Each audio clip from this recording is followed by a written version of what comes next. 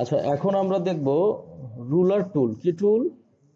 Ruler টুল। হ্যাঁ, ruler টুল simply আমাদের মেজারমেন্টের জন্য কাজে লাগে। যেমন এই যে এরকম অনেক সময় আমাদের ক্যাম্পাসের মতো মেজার করতে হয়। হ্যাঁ, এরকম করে কি করতে হয়, একটু মেজার করতে হয়। ঠিক আছে কি?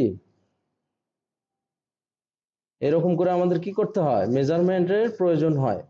দেখা যাচ্ছে একটা এলিমেন্ট এই পাশেও 50 ওই পাশেও 50, তো এই ধরনের আমরা শর্টকাটে মেজার করতে পারবো এই রুলার টুল দিয়ে। হ্যাঁ, অথবা আহ আমি যদি কন্ট্রোল আর প্রেস করি, কি কন্ট্রোল আর, তাহলে এরকম একটা রুলার বার আসবে।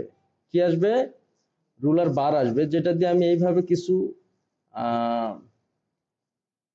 র নিতে পারবো, হরিজন্টাল র অথবা কলাম নিতে পারবো। কি নিতে পারবো? এগুলো দিয়ে নিখুঁত ডিজাইন হয়। নিখুঁত কি হয়? পরিমাপটা নিখুঁত হয়। তো এরকম ভাবে দেখা যাচ্ছে নিয়ে আমরা এক এক অবজেক্টে বা এক এক ঘরে এক এক ধরনের ডিজাইন রাখবো মেজার করে। ঠিক আছে? আবার যদি কন্ট্রোল আর প্রেস করো, এটা চলে যাবে।